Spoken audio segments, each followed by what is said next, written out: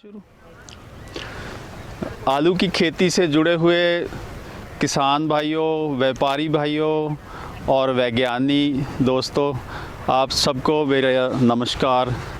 मैं हूं सुखविंदर सिंह जालंधर से और आज का जो विषय है हमारी आज की इस वीडियो का वो है कि जीवन खुद पैदा करें और आलू के बीज के बादशाह बनें। इससे पहले कि मैं आज के टॉपिक में आगे बढ़ूं, मैं बेनती ये करना चाहता हूं कि जितने भी किसान दोस्त हैं एक अच्छी सी मोटी सी डायरी वो लगा लें और हर बात जो भी हम लोग आलू के बारे में साइंटिफिक बात, ज्ञान की बात जो वैज्ञानिक लोगों ने खोज की है, वो जो भी आप लोगों से साझी करते हैं उसको इन वीडियोस में जो भी हम डालते हैं नोट करते जाएं। एक अच्छा किसान बनने के लिए बहुत ज़रूरी है कि आपके पास हमेशा एक मोटी सी डायरी और एक कलम हो, पेन हो और आप जानकारी नोट करते जाएं। और ये जो डायरी है आपकी कम से कम 10 साल चलेगी। हर साल ये डायरी नहीं आपने बदलनी और उसमें सारी ज्ञान की बातें नोट करते जाइए ताकि आपको बार बार किसी से पूछना ना पड़े। दोस्तों, आज ये जो आप पीछे देख रहे हैं ये सारी जो फसल खुदी हुई है, ये आलू, ये G1 है। G1 का मतलब हो गया जनरेशन 1। ये जो आलू पैदा करने का जो तरीका है, जो एक नई पद्धति है, नई विधि है, इससे पंजाब और हरियाणा में हज़ारों लोग ये अपना बीज पैदा करके और बीज के बादशाह बन रहे हैं। और उनको जो बीज के लिए दूसरे जो चाहे सरकारी दफ्तर कहें, सरकारी संस्थान कहें या कंपनियां कहें, उनके ऊपर उनका जो डिपेंडेंस है वो ख़त्म कर रहे हैं। वो बिल्कुल वो खुद ये पैदा कर रहे हैं। और आज हम आपसे ये बताएंगे, ये दिखाएंगे आपको सब कुछ पूरी तरह से कि किस तरह से आप ये छोटा सा बीज, जिसको हम लोग मिनी ट्यूबर बोलते हैं, या इसको हम लोग, मैं कैमरा मैन हमारे साथी को कहूँगा कि अच्छे से इसको दिखा दें, किस तरह से ये 2 ग्राम का जो आलू का बीज है इसको इस्तेमाल करके और ये जो G1 पैदा कर रहे हैं, G1 के बाद फिर G2 होगा, G3 होगा। ये सारी बात आपको अच्छे तरीके से आज बताएंगे ताकि आप ये सारा जो पैदा करने का, बीज पैदा करने का ठीक से सीख लें, जान लें और अपना बीज पैदा करें और आलू के बीज के बादशाह बन जाएं। ये पहले ही जो इस चैनल के ऊपर वीडियो नंबर 4 है जिसमें G1, G2, G3 कैसे पैदा करना है उसका पहले से दिया जा चुका है, लेकिन आज और अच्छे से हम लोग ये बताएंगे कि G1 को कैसे पैदा करना है। इससे पहले कि मैं आगे की बात शुरू करूं, पहले ये बता दूं कि ये जो G0 है, जिसको जनरेशन 0 हम बोलते हैं, ये जो एरोपोनिक्स में आमतौर पे पैदा किया जाता है। एरोपोनिक्स का मतलब जो जिसको कहते हैं हवा में आलू पैदा करना।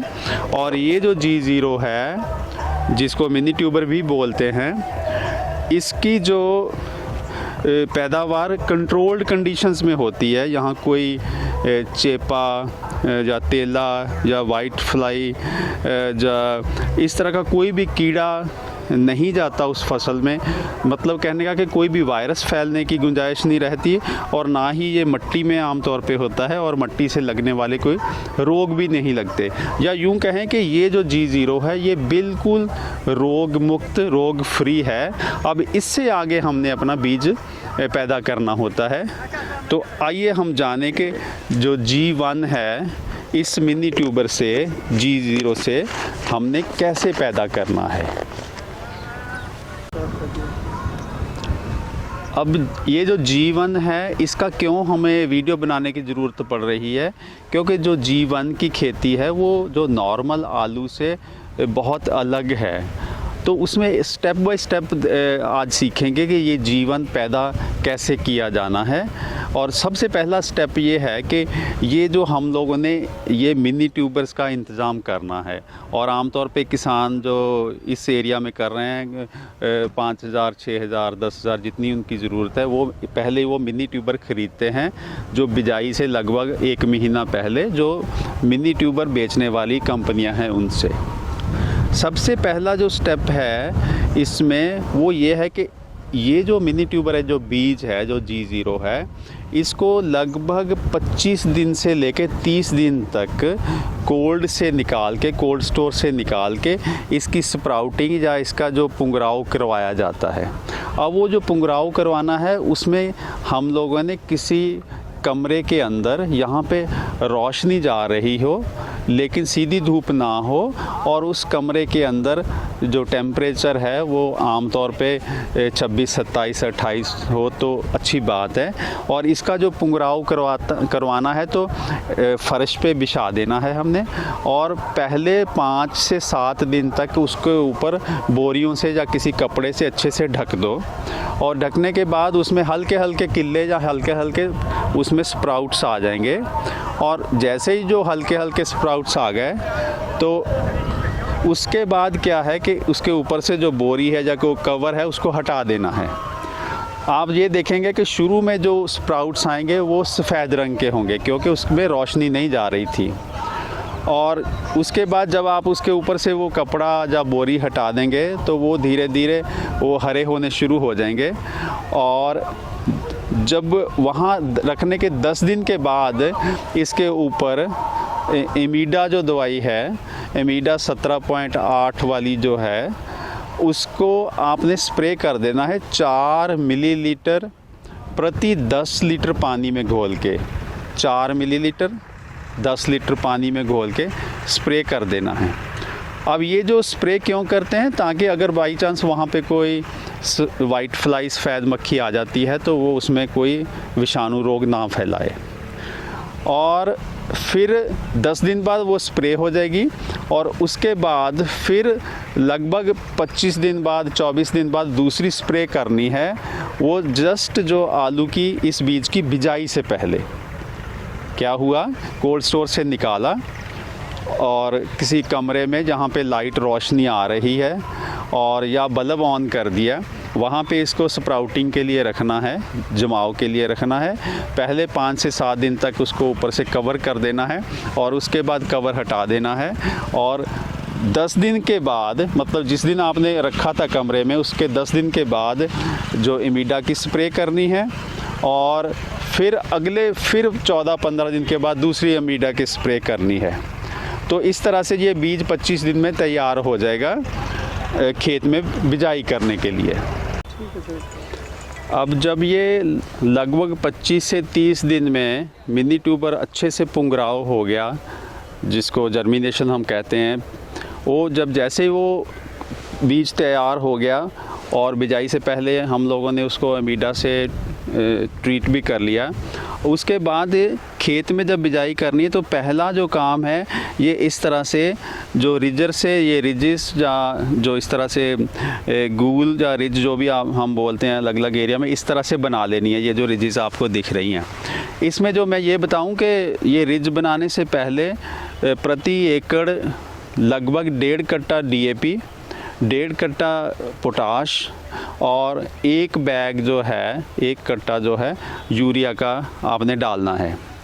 और उसके बाद जो नॉर्मल आलू है जहाँ हम प्लांटर से लगाते हैं, तो उसमें तो क्या है कि आलू प्लांटर से जब लगता है तो उसके ऊपर 4 से 5 इंच मिट्टी का कवर रहता है।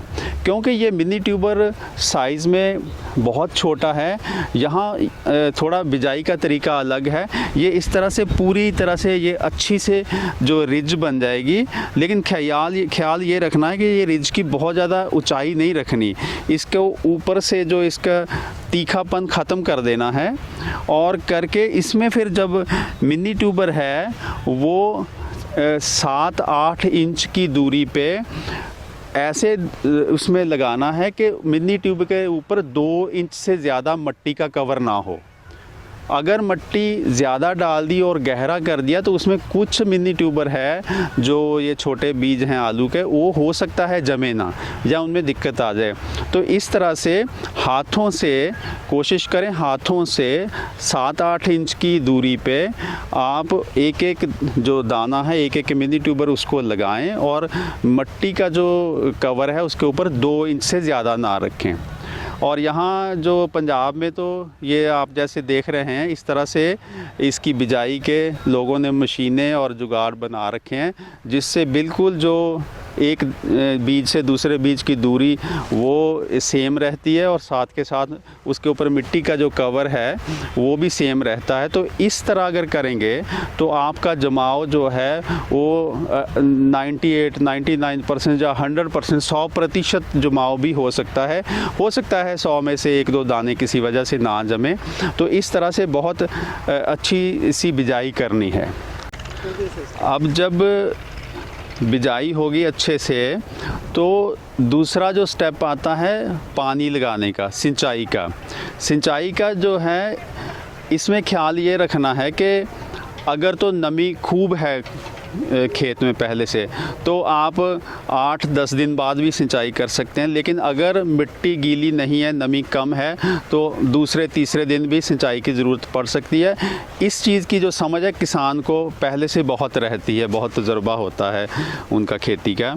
लेकिन ख्याल ये रखना है कि इसमें पानी ना तो बहुत ज़्यादा भर के देना है कि बिल्कुल ही तर हो जाए, डूब ही जाए, ना ही इतना कम देना है कि जो बीज है जिसके ऊपर सिर्फ 2 इंची की मिट्टी की तह है वो सूखे में ही रह जाए। पानी हल्का दीजिए और चेक करिए उसको कि जो नमी है पानी की वो बीज के तक पहुंच जाए, ताकि जैसी जड़ निकलेगी तो उसको नीचे पानी मिलेगा, गीली मिट्टी मिलेगी। पहली सिंचाई जो है उसका जो बहुत अच्छे से ख्याल रखना है। जब ये पहली के बाद निकल आएगा बीज तो फिर नॉर्मल सिंचाई जो जिस तरह से दूसरे आलू में करते हैं उसी तरह से आप हल्का पानी ज़रूरत के मुताबिक लगा सकते हैं। अब ये जैसे ही आपने ये इसकी बिजाई के बाद पहला पानी लगा दिया तो आप पाएंगे कि लगभग 100% 100% उसमें जमाव होगा। जब ये 100% के करीब जमाव हो गया तो समझिए आपने आधी जंग तो जीत ली।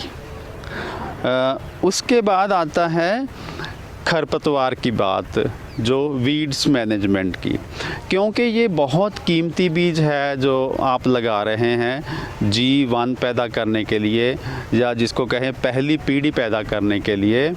तो इसमें आपने किसी भी जो खरपतवार नाशक दवाई है उसका रिस्क नहीं लेना। अगर आपको 100% विश्वास नहीं है, तजुर्बा नहीं करना है, इसमें आप तजुर्बे नहीं करने, इसमें तो वही चीज़ करनी है जिस पे ऊपर पक्का विश्वास है।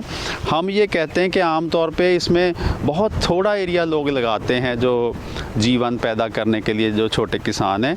तो हो सके तो जो उसमें से घास खरपतवार है, गुड़ाई है, निराई गुड़ाई है, उसको हाथों से ही कर दीजिएगा, या तो हाथों से कर दीजिए, नहीं तो जैसे ही ये इसका ये निकल आएगा ऊपर 2 इंच का 3 इंच का पौधा हो जाएगा तो ट्रैक्टर से भी ये हाथों से जैसे गुड़ाई करके और उसके बाद ट्रैक्टर से जो रिजर है, रिजर से मिट्टी चढ़ाई जा सकती है, ताकि क्योंकि पहले आपने सिर्फ 2 इंच मिट्टी रखी थी, फिर 2 इंच और मिट्टी चढ़ जाएगी तो इस तरह से जो आलू के ऊपर 4 इंच का जो मिट्टी का कवर हो जाएगा और आपकी फसल बहुत अच्छी होगी। और मैं एक और बताना चाहता हूँ इससे पहले कि आगे बढ़ूँ, आपको शायद कई किसान कहते हैं जी हमें विश्वास ही नहीं होता कि ये इतना छोटा बीज बोया गया था। अब ये जो जैसे मैंने आपको दिखाया है तो ये बहुत छोटे छोटे बीज हैं इसके जो बोए गए हैं, जो जैसे मैंने पहले दिखाया है ये कोई लगभग यही साइज़ रहता है। तो अभी मैं आपको ढूंढ के बताता हूँ इसमें कि छोटे, ये देखिए यही बीज बोया गया था, यही जैसे मैंने पहले दिखाया। बहुत से किसानों को तो विश्वास ही नहीं आता कि ये इतने छोटे बीज से इतनी पैदावार अच्छी हो सकती है। मैं अपने कैमरामैन साथी को ये कहूँगा कि एक बार दिखाएं कि ये कितनी पैदावार है। और ये बीज यही था इतना छोटा 2 ग्राम का, और इसमें से ही आपको लगभग 1 एकड़ में 70 से लेके 80-90 क्विंटल तक की पैदावार मिलती है। और ये जो आप जो फसल देख रहे हैं, इसके पत्ते 75 दिन की फसल जब हुई थी तो पत्ते काट दिए गए थे। ये ऐसा भी नहीं है कि इसको 90 या 100 दिन तक लेके गए हैं, तो ये 75 दिन में ही इसके काट दिए गए थे पत्ते। अब जो है, जब आपने बिजाई कर दी इसकी, और उसके बाद जो आपका जो इसमें हमारे चैनल पे 20 नंबर वीडियो पड़ा है, जो है सीड प्लॉट टेक्निक का, बीज प्लॉट टेक्निक का, उसके हिसाब से आपने जब तक पत्ते काटने हैं तब तक इसमें जो सफ़ेद मक्खी, वाइट फ्लाई जिसको बोलते हैं, और चेपा, तेला जिसको एफिड भी बोलते हैं, उसका मैनेजमेंट करना है ताकि वो दोनों कीट इसमें ना आए फसल में, और इसमें जो विषाणु रोग है और वायरस का फैलाव ना हो। और साथ के साथ जो ब्लाइट के लिए जो भी ज़रूरत है फंजीसाइड की, उसका इस्तेमाल करना है। तो इस तरह से आप इसके पत्ते लगभग ये कहिए कि वैसे तो एरिया का फ़र्क पड़ता है। अगर पंजाब, हरियाणा और पश्चिमी उत्तर प्रदेश में देखें तो 31 जो आपका दिसंबर है तब तक इसके पत्ते काट दें, और उसके बाद फसल को ले जाने का फ़ायदा भी नहीं रहता, क्योंकि साइज़ इतना बड़ा हो जाएगा। हम तो इसको बीज के तौर पे इस्तेमाल करना है ना, बड़ा साइज़ करके क्या करेंगे। तो सीड प्लॉट टेक्निक का पूरी इस तरह से पालन करते हुए हम इस तरह से इसको ये जीवन को पैदा कर सकते हैं। और अब सवाल पैदा होता है कि ये जीवन को स्टोर में लेके जाना है। स्टोर में ले जाने का क्या है कि इसको 3% जो बोरिक एसिड है, उससे 3% का मतलब होता है कि 30 ग्राम प्रति लीटर उसका घोल बना के इसको स्प्रे करके अच्छे से ट्रीट कर लें। और उसके बाद इसको जब स्टोर में रखना है तो बहुत से किसान क्या करते हैं, क्योंकि ये बीज बहुत कीमती है। अगर मार्केट से जीवन खरीदेंगे तो आपको 7,000 रुपये, 8,000 रुपये क्विंटल बिकेगा। क्यों इतना महंगा है ये? एक तो ये G0 जो मिनी ट्यूबर है ये बहुत महंगा है, और दूसरी बात ये है कि इसके जो पैदावार कम है, और इसलिए ये बहुत ही बेशकीमती बीज है। और ये कहें कि ये ब्रीडर सीड जो होता है, जिसको हम ब्रीडर सीड आलू का बोलते हैं, उस ब्रीडर सीड से भी पहले की स्टेज है। और ये इतना कीमती बीज है। कुछ लोगों के साथ ऐसा हुआ कि कोल्ड स्टोर में ही बैग मिक्स होने की वजह से उनका नुकसान हो गया। तो कुछ अच्छे किसान क्या करते हैं कि ये जो जीवन है इसकी ग्रेडिंग नहीं करते साइज़ के हिसाब से, वो ऐसे ही ट्रीट करके मिक्स को ही कोल्ड स्टोर में रखते हैं, ताकि अगर बाई चांस कोई किसी को गलती से बैग चला भी जाए तो वो इसको ये सोचा जाएगा कि ये यार पता नहीं कौन सा बीज मिक्स है, लेकिन आपको पता है कि ये आपका ऐसे ही रखा हुआ है। तो इसको बाद में निकाल के इसको साइज़ के हिसाब से अलग करिए, और अगले साल जब खेत में बोएंगे आप सीड प्लॉट टेक्निक का के पालन करते हुए, तो वो G2 पैदा आप करेंगे। और इसका एक एक दाना, चाहे वो 2 ग्राम का हो, चाहे 1 ग्राम का हो, चाहे वो 100 ग्राम का हो, एक एक दाना जो आप खेत में बोएंगे G2 पैदा करने के लिए, क्योंकि ये बेशकीमती बीज है। और इसी तरह फिर G2 के बाद फिर आप G3 पैदा करेंगे, और अगले साल में G4 होगा। अब एक और ख़ास बात है कि ये जो पद्धति है, ये पद्धति में शुरुआत जो G0 था वो टिश्यू कल्चर के जो पौधे होते हैं उससे पैदा किया गया था। अब ये खुशी की बात ये है कि पंजाब में ये जो G0, G1, G2, G3 ये जो टिश्यू कल्चर बेस्ड सिस्टम है, इसकी सर्टिफिकेशन का काम भी शुरू हो गया है।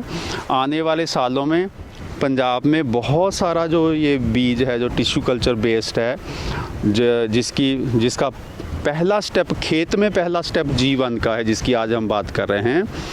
खेत में पहला स्टेप G1 का है, दूसरा अगले साल G2 होगा, अगले साल G3 होगा, और जो G1 से पहले जो G0 था वो एरोपोनिक्स का कहिए जहाँ नेट हाउस का जो सिस्टम था उसमें था। तो ये सारा G0, G1, G2 G3 ये सब का सर्टिफिकेशन जो होने का सिस्टम शुरू हो चुका है, नया कानून बना है और आने वाले सालों में आप certified G0, certified G1, certified G2, certified G3 आपको मिलना शुरू हो जाएगा। तो ये किसानों के लिए ये जो पहला स्टेप G1 है खेत में पैदा करने का, इसके बारे में आज हम लोगों ने ये चर्चा की है। और मैं बेनती ये करना चाहता हूँ कि जो किसान भी इसको पैदा करने के लिए ट्रेनिंग लेना चाहते हैं वो इस वीडियो में नीचे ट्रेनिंग लिख दें और अपना फ़ोन नंबर लिख दें नीचे। हम आपको खुद कांटेक्ट करेंगे और जालंधर में या अगर यूपी में कहीं है मेरठ में या शिमला में कहीं भी उसकी ट्रेनिंग का भी प्रॉपर इंतज़ाम किया जाएगा, ताकि जो लोग भी अपना बीज पैदा करना चाहते हैं उनको प्रॉपर ट्रेनिंग मिल सके। और अगली बात भाइयों ये है कि हमें अफसोस ये है कि हम इतना ओरिजिनल सही कंटेंट इन वीडियोस में डालते हैं, लेकिन आप लोग आगे दूसरे किसानों से शेयर नहीं करते। शेयर करिए, लाइक करिए और दूसरे किसानों को भी ये चैनल सब्सक्राइब करवाइए, ताकि हमारा भी हौसला बढ़े और हम और नई नई जानकारी आपको देते रहें। कम से कम हम आलू के ऊपर 100 वीडियो और डालना चाहते हैं, पर देखने वाले बहुत कम होने की वजह से हमारा हौसला उतना नहीं बन पाता। ज़रूर इसको आगे दूसरे किसानों के साथ भी शेयर करवाइएगा और सब्सक्राइब करवाइएगा। आपका बहुत बहुत धन्यवाद। अगर इसमें कोई कमी रह गई हो तो हमें बताइए, हम उसको दूर करने की कोशिश करेंगे।